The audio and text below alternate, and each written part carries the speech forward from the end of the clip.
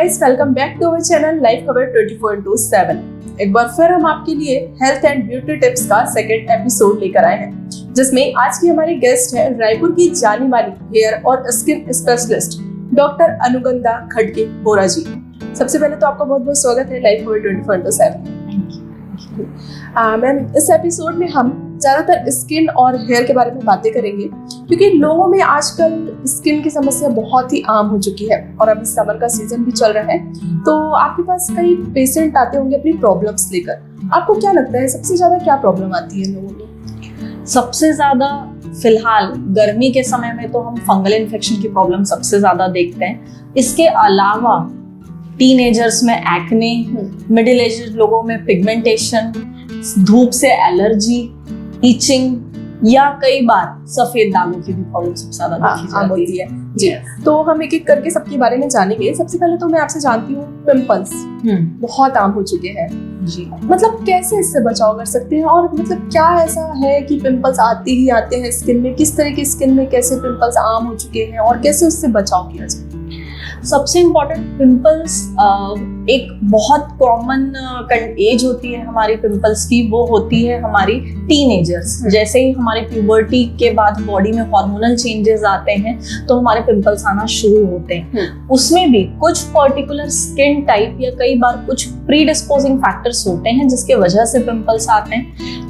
अब हम अगर बात करें स्किन टाइप की, तो ये ज्यादा कॉमन होता है ऑयली स्किन में, क्योंकि उनकी जिन लोगों की स्किन ऑयली होती है उनमें ऑयली ग्लैंड ज्यादा सीबम बनाती है, जिसके वजह से उनके क्लॉग होने से चेहरे पे पिंपल्स आते हैं। दूसरी चीज, बॉडी में जब हार्मोनल इम्बैलेंस स्टार्ट होता है तो भी ये बहुत कॉमन रीजन होता है पिंपल्स आने का।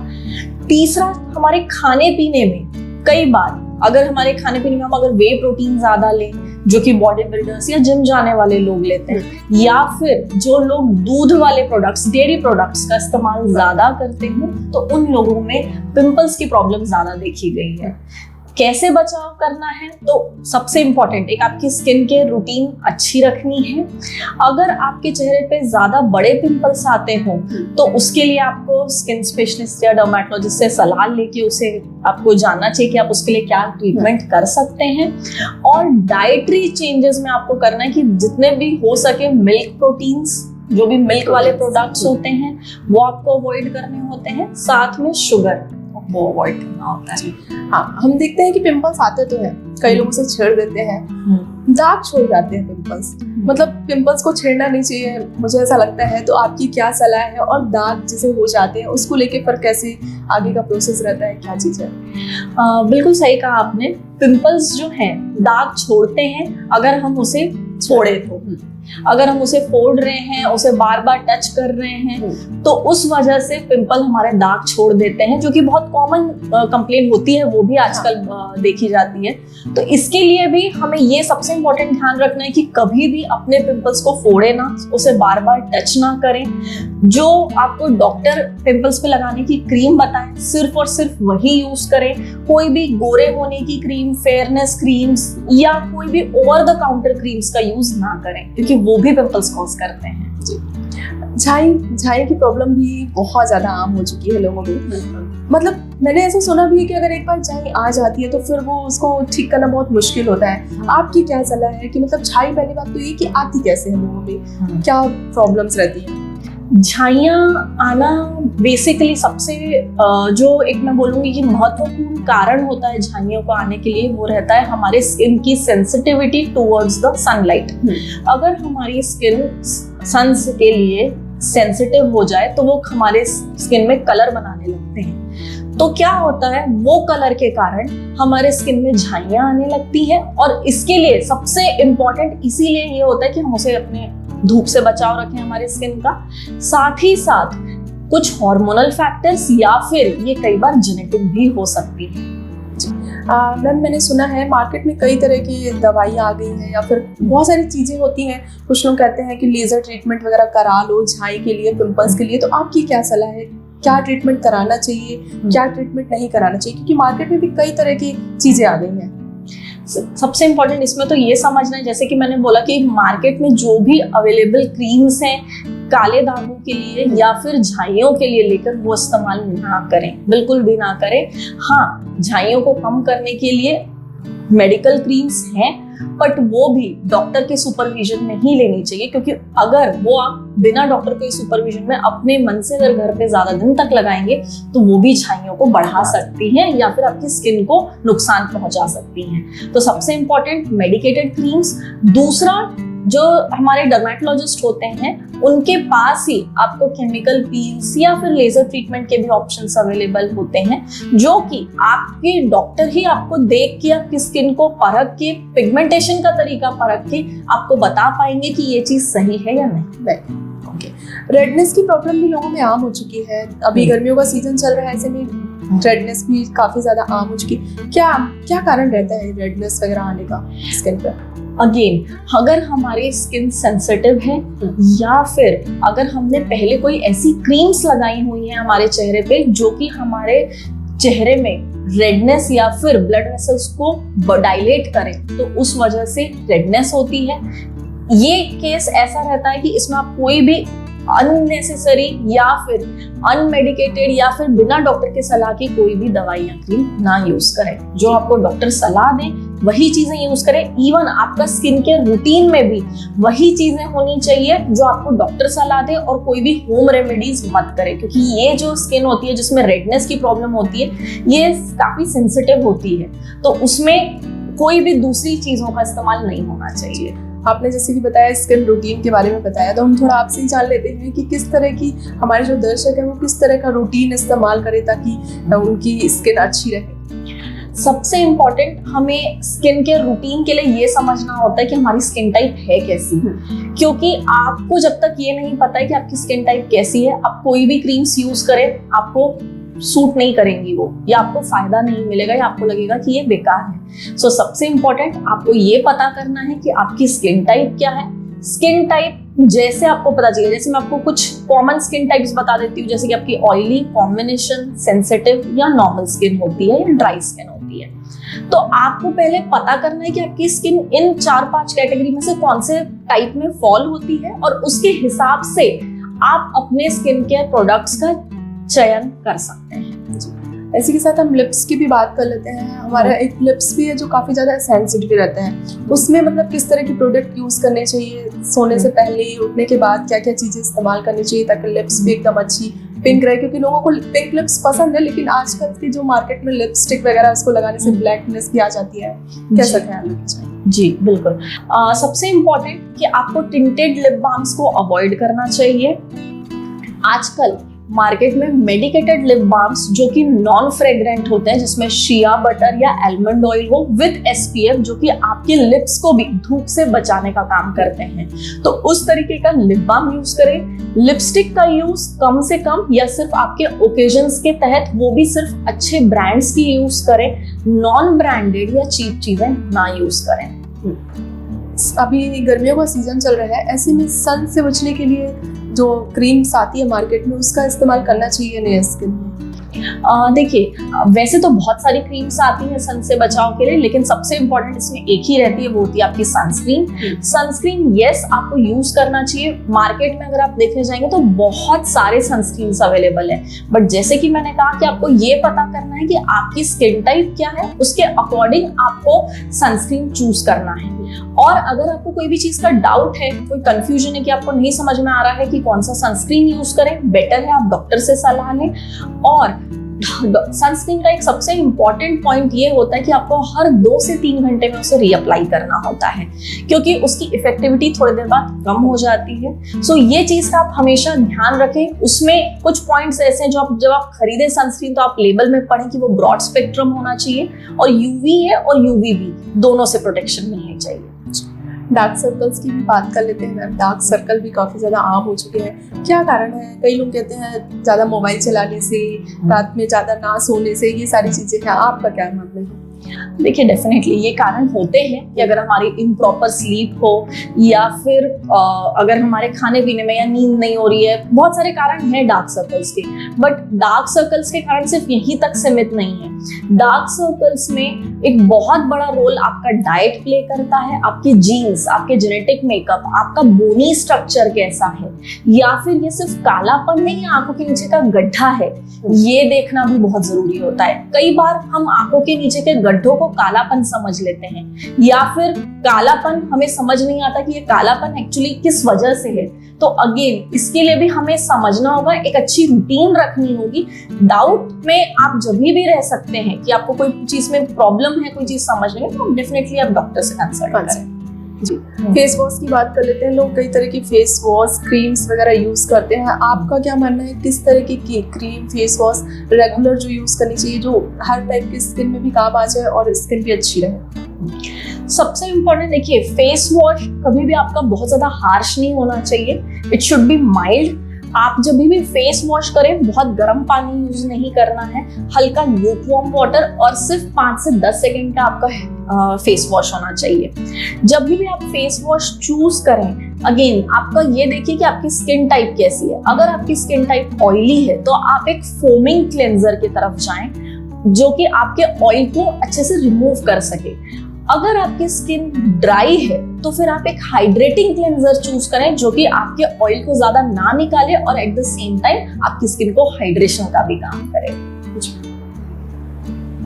सफेद दाग, सफेद दाग भी जैसे कि आपने बताया कि काफी ज्यादा आम हो चुका है, तो लोगों का ये भी मानना रहता है कि अगर एक बार सफेद दाग आ गया तो वो नहीं ठीक होता है। तो आपकी इसमें क्या सलाह है कि वो ठीक हो सकता है या नहीं, और फिर आता क्या है, क्यों कारण, क्या कारण है जो आते हैं सफेद? बिल्कुल सही कहा आपने। देखिए, सफेद दाग आने का बहुत बड़ा रीजन हमारे जेनेटिक होता है, या कई बार ये ऑटो इम्यून हो सकता है, या फिर कई बार स्ट्रेस की वजह से भी सफेद दाग आते हैं या बढ़ सकते हैं। रिगार्डिंग जो लोगों को लगता है कि वो ठीक नहीं होते हैं, ये बहुत बड़ा मिथ है, ऐसा नहीं रहता।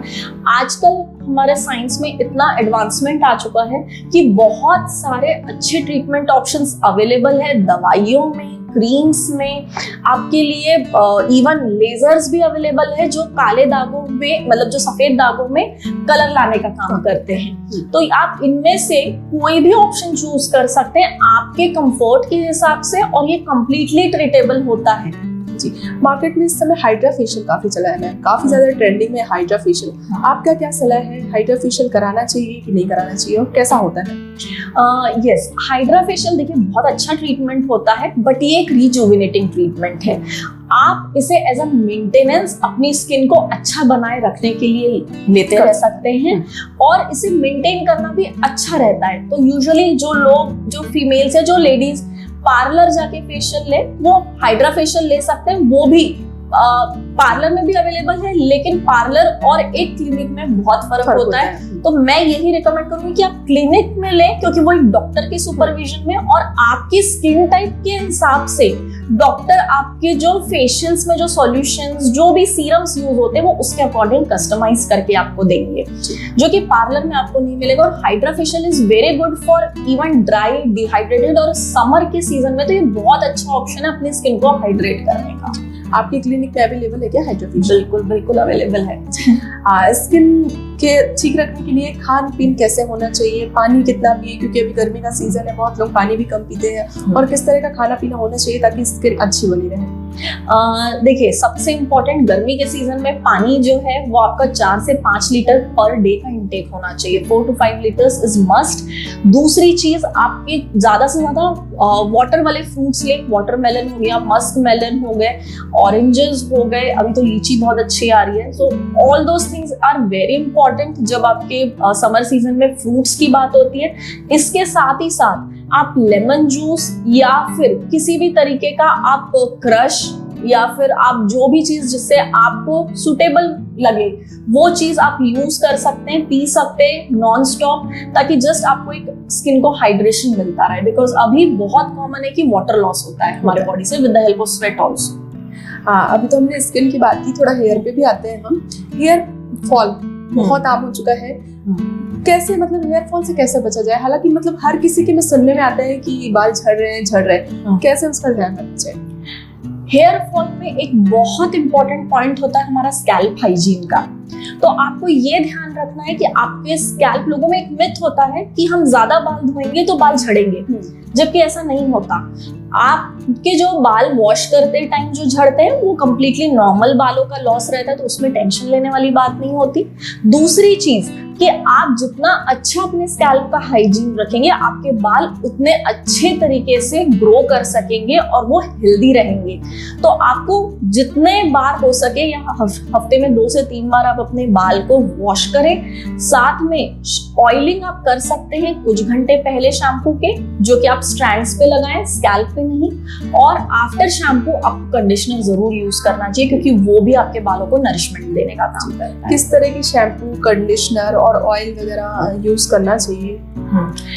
रिगार्डिंग जो किस तरीके का है, ये डिपेंड करेगा कि आपके बालों का टाइप कैसा है या आपका स्कैल्प का टाइप कैसा है।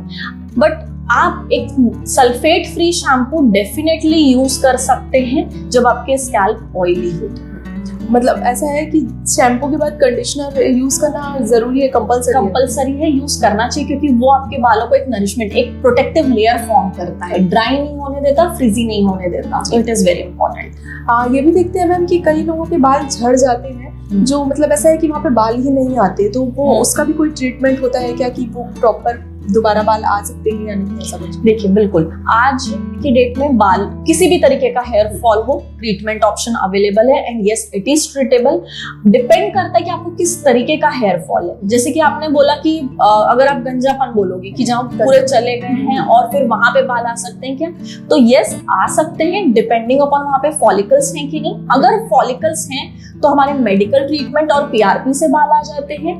अगर फॉलिकल्स खत्म हो गए, डेड हो गए, तो हमारे पास हेयर ट्रांसप्लांट का भी ऑप्शन होता है, जो कि बहुत अच्छा ऑप्शन है। तो आपके पास ट्रीटमेंट अवेलेबल है, बस आपको सही टाइम पे उसे डॉक्टर से सलाह चाहिए। जी, छोटे छोटे बच्चों के हम देखते हैं मैम बाल सफेद हो रहे हैं अभी से।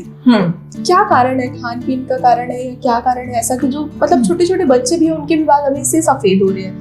यस, ये बहुत कॉमन कंप्लेन है। मैं देखती हूँ अपने डे टू डे ओपीडी में कि पेरेंट्स बहुत वरिड रहते हैं। 12 साल 13 साल इवन 9-10 साल के बच्चों में भी सफेद होना बाल जल्दी, ये देखा जा रहा है। तो सबसे इम्पोर्टेंट इसमें भी ये आता है कि ये इतने कम उम्र में सफेद क्यों हो रहे हैं। तो सबसे इम्पोर्टेंट इसमें होता है आपका जेनेटिक, कि कई लोगों के जेनेटिक्स या जीन्स ही इस तरीके के होते हैं कि उनमें सफेद होना बाल बहुत कॉमन होता है। दूसरा, अगर बच्चों में खाने पीने की या प्रॉपर न्यूट्रिशन की कमी है तो भी होता है। तीसरा, अगर बच्चों में कोई किसी प्रकार का स्ट्रेस हो, जो कि उतना कॉमन नहीं होता, बट यस कई बार बच्चे पढ़ाई का स्ट्रेस, कई बार कुछ फैमिलियल स्ट्रेस लिए, तो भी उनमें सफेद बाल हो सकते हैं जरूर। तो फिर ये क्या ठीक हो सकते हैं? मतलब सफेद बाल दोबारा से वो बाल उगते हैं तब ठीक होते हैं या फिर वही प्रॉपर अच्छे से ठीक हो जाते हैं? कैसा ट्रीटमेंट क्या रहता है? देखिए, जो बाल सफेद हो गए हैं वो काले होना थोड़ा मुश्किल रहता है, क्योंकि उनमें जो कलर देने वाली सेल्स होती हैं वो मर गई होती है, वो उनकी डेथ हो जाती है, जो मेलानोसाइट्स होते हैं। तो वो रिवाइव करना थोड़ा मुश्किल रहता है। तो वो जो सफेद हो गए हैं वो काले होना इज अ डिफिकल्ट थिंग। लेकिन हाँ, इन फ्यूचर वो और सफ़ेद ना हो, या जो काले बाल हैं वो और सफ़ेद ना हो, उसके लिए डेफिनेटली ट्रीटमेंट ऑप्शंस अवेलेबल है, तो वो भी आप चूज कर सकते हैं। अभी हमने स्किन के बारे में जाना, हेयर के बारे में जाना, थोड़ा आपके बारे में भी जान लेते हैं। पहले तो मैं आपसे जानना चाहूँगी कि आप प्रॉपर रायपुर से ही हैं कि कहीं बाहर से हैं, और आपकी पढ़ाई लिखाई कहाँ से हुई है? वैसे मैं प्रॉपर बिलासपुर की हूँ, और मेरा एजुकेशन वर्धा से हुआ है, वर्धा के मेडिकल कॉलेज से। उसके बाद मैं हैदराबाद में रही हूँ 3 साल। वहाँ पे मैंने फर्दर अपने कॉस्मेटिक एस्थेटिक्स की ट्रेनिंग मैंने वहाँ पे ली, और अभी मैं रायपुर में 2 साल से हूँ करेंटली। आपके क्लिनिक में किस किस तरह की, मतलब ये स्किन से रिलेटेड और हेयर से रिलेटेड क्या क्या चीज़ें हैं जो मतलब लोग दर्शक आके करा सकते हैं? हमारे क्लिनिक में देखिए, प्लास्टिक सर्जरी और स्किन डर्मेटोलॉजी और हेयर से रिलेटेड सभी तरीके के ट्रीटमेंट ऑप्शंस अवेलेबल है। इवन वी हैव लेजर्स, अगर अनचाहे बाल हो निकलवाना हो, फेशियल हो, पीआरपी हो, इंजेक्टेबल्स, एंटी एजिंग ट्रीटमेंट्स करवाना हो, तो ये सभी ट्रीटमेंट ऑप्शंस अवेलेबल हैं। उसके अलावा हेयर ट्रांसप्लांट या कोई सर्जिकल, काले दाग, मोल्स, झाइयाँ, सफ़ेद दाग, सोरियासिस, सब चीज़ों का ट्रीटमेंट अवेलेबल है। लास्ट आपसे मैं चाहूँगी कि आप दर्शकों को अपने क्लिनिक के बारे में थोड़ा बता दें कि आपका क्लिनिक कहाँ पे है, किस नाम से है। मेरे क्लिनिक का नाम डर्मा फ्यूजन स्किन क्लिनिक है, जो कि ATM चौक अवंती विहार में स्थित है। ओके, हाँ, बहुत बहुत धन्यवाद मैम, आपने कीमती समय दिया अपना। Thank you so much. तो आज हमारे साथ बने हुए थे स्किन और हेयर स्पेशलिस्ट डॉक्टर अनुगंधा मैम जी, जिनसे हमने काफ़ी कुछ जाना। स्किन के बारे में काफ़ी बातें हुई, हेयर के बारे में काफ़ी बात हुई। उम्मीद करती हूँ आपको हमारी बातचीत पसंद आई होगी। अगर आपका कोई भी सवाल है तो हमें कमेंट बॉक्स पर रिप्लाई करें और भी ऐसी वीडियोज़ के लिए लाइफ खबर 24/7 के साथ बने रहें।